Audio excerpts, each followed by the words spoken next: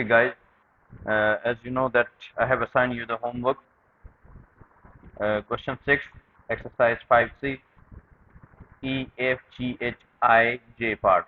So here is the guide for that, ताकि आप लोग इजीली कर सकें इसको. अगर कोई चीज़ समझ नहीं आती तो आप प्लीज़ इस वीडियो को देखिए.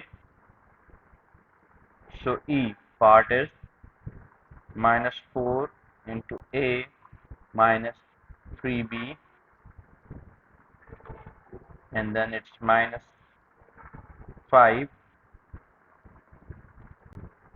A minus excuse me 3B. So what I'm going to do here कि -4 को मैंने अंदर में मल्टीप्लाई, इसके साथ जो कांस्टेंट है वो 1 है हमारे पास. -4 जब अंदर मल्टीप्लाई होगा इसके साथ तो the answer will be -4A, और माइनस माइनस प्लस हो जाएगा. इसके कांस्टेंट के साथ ये जो कांस्टेंट मल्टीप्लाई होगा तो 4 3 टाइम्स 12 होता है, तो 12B बन जाएगा. Then it is minus sign again, 5 जब अंदर मल्टीप्लाई होगा तो 5A बन जाएगा, और minus minus plus 5 3 times is 15B. तो अब A और B को मैं इकट्ठा करके लिख दूंगा. 4A, A की वैल्यूज यानी A वेरिएबल जो है उसकी वैल्यूज को इकट्ठा कर लेते हैं हम, और इसी तरह से B वेरिएबल की वैल्यू को भी इकट्ठा कर लेते हैं हम, तो हमारे पास ये आ जाएगा.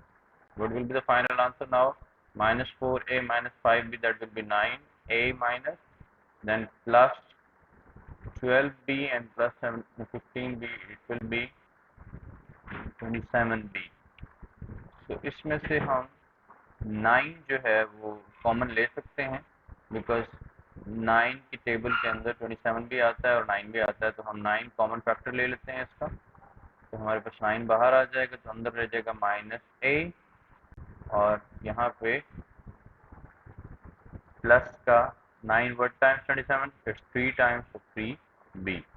तो हम इसको ऐसे भी लिख सकते हैं 9 इंटू 3B माइनस A. इस माइनस वैल्यू को इधर ले आया, 3B को इधर ले आया, तो ये हमारा आंसर है ई पार्ट का. ठीक है जी. क्वेश्चन नंबर 6 का एफ पार्ट है हमारे पास. एफ पार्ट है जी 5 into 3P minus 2Q into -2 3P plus 2Q. Same situation. तो यहाँ पे पहले वही चीज़ कि हमारा कांस्टेंट है 5, और अंदर की कांस्टेंट से मल्टीप्लाई होगा तो 5 3 टाइम्स क्या होता है 15P, और फिर बाहर का कांस्टेंट अंदर की कांस्टेंट नेक्स्ट वैल्यू से मल्टीप्लाई होगा तो 5 multiply by 2 will be, minus का साइन आएगा, 5 multiply by 2 will be 10Q. अब ये हमारे पास -2 कांस्टेंट है, और अंदर जब मल्टीप्लाई होगा 3 के साथ तो माइनस माइनस ये प्लस की वैल्यू है, तो -2 multiply by +3 will be -6P, और फिर -2 multiply by +2 will be -4Q. अब वही हम काम करेंगे कि P जो वेरिएबल्स हैं, हमारे दो वेरिएबल्स हैं P, इनको इकट्ठा लिख लेंगे.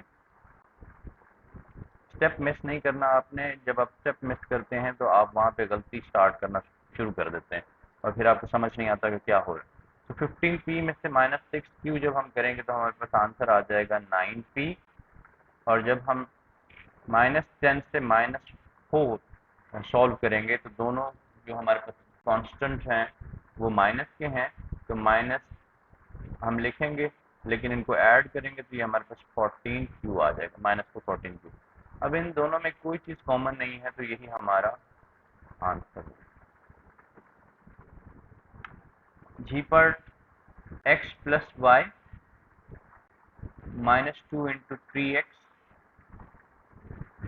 -4y, और इसके बाद है +3. ठीक है. तो ये देखिए कि x प्लस वाई हम एज इट इज लिख लेंगे, और ये -2 जो कांस्टेंट है अंदर +6 मल्टीप्लाई तो माइनस प्लस माइनस होता है 2 3 times 6x, minus minus plus होता है 2 4 टाइम्स 8y, और माइनस प्लस माइनस होता है 2 3 टाइम्स 6. तो ये हमारे पास फाइनल है। अब हम इसमें क्या करेंगे कि x को जो है उस x वेरिएबल को इकट्ठा कर लेंगे जितने भी इस एक्सप्रेशन के अंदर x वेरिएबल हैं, और फिर हम y वेरिएबल को इकट्ठा कर लेंगे और कांस्टेंट को अलग कर लेंगे। तो x माइनस 6x है, जो कि एक प्लस का है और दूसरा माइनस का है। करेंगे हम माइनस ही, लेकिन साइन हम बड़ी वैल्यू का लगाएंगे, तो बड़ी वैल्यू है -6 और इसके साथ 1 है, तो ये 5x आ जाएगा। फिर हम क्या करेंगे, इसके साथ भी 1 है, जिस वेरिएबल के साथ कुछ नहीं होता, ये हमने पढ़ चुके हैं, उसके साथ 1 होता है एज अ कांस्टेंट। तो हम +1y और +8, तो हमारे पास ये बन जाएगा +9y और -6। अब इन तीनों में कोई चीज़ भी हमारे पास कॉमन नहीं है, तो हम इसी को आंसर कंसीडर कर सकते हैं। जी हमारा एच पार्ट है जी 3 into p minus 2q minus 4 into 2p minus 3q minus 5 bracket close. तो अब ये 3 जो कांस्टेंट है वो अंदर मल्टीप्लाई हो रहा है, और फिर यहाँ पे -4 कांस्टेंट अंदर मल्टीप्लाई हो रहा है। तो पहले 3 को करेंगे, इसके साथ 1 होता है, तो 3 1 टाइम्स 3p, ये माइनस के साइन आएगा, plus minus minus 3 2 times 6q, then minus 4 2 times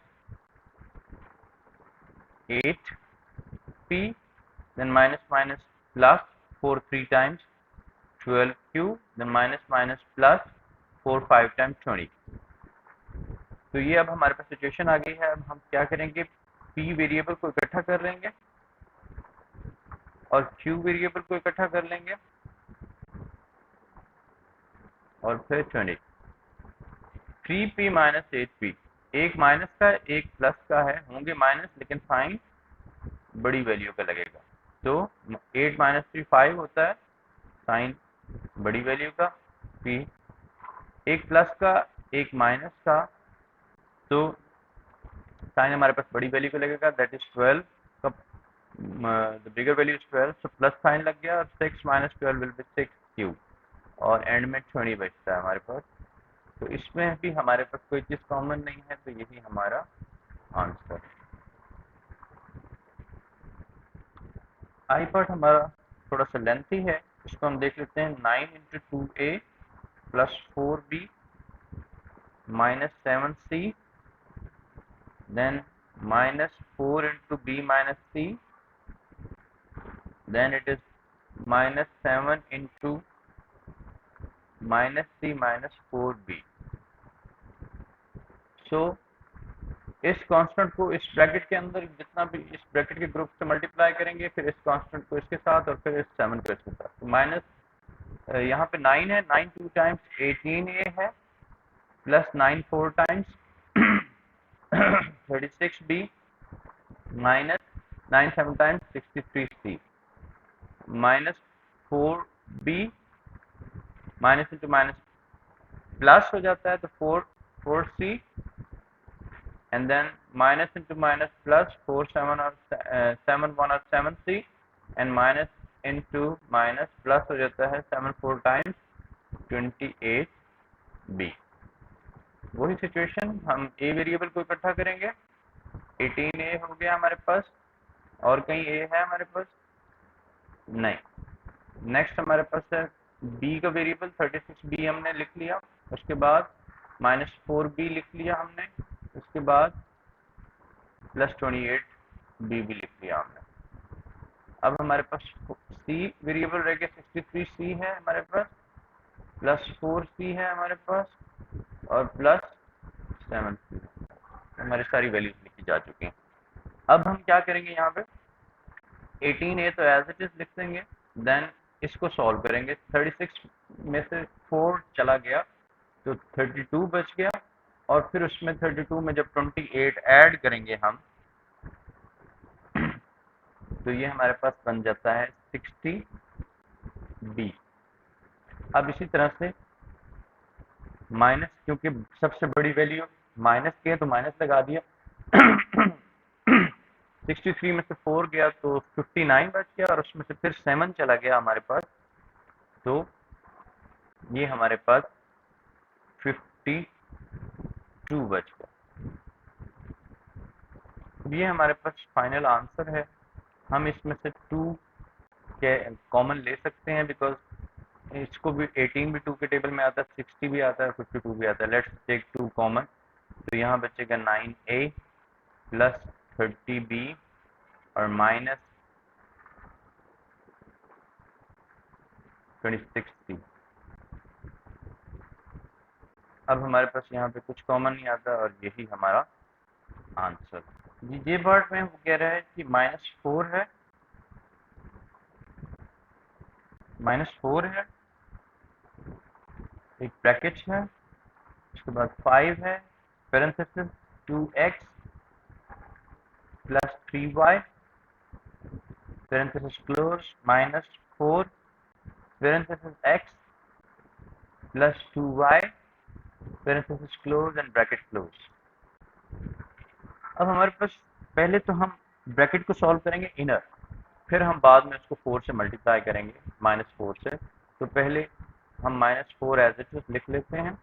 5 2 times 10x and 5 3 times plus 15y, और फिर -4 1 टाइम्स 4x और minus plus minus 4 2 times 8y and bracket close. अब अंदर से सॉल्व कर लेते हैं। 10x minus 4x plus 15y minus 8y, तो यहाँ पे हमारे पास सिचुएशन आ गई 10x minus 4x, answer will be 6x and plus 15 में से 8 चला जाएगा जब, तो हमारे पास 7y आ जाएगा। अब इस -4 को हम अंदर मल्टीप्लाई कर देते हैं, तो -4 6 टाइम्स होता है -24x और -4 7 टाइम्स होता है 28y। हमारा ये सिचुएशन जो है आंसर है। होप आपको समझ आया होगा।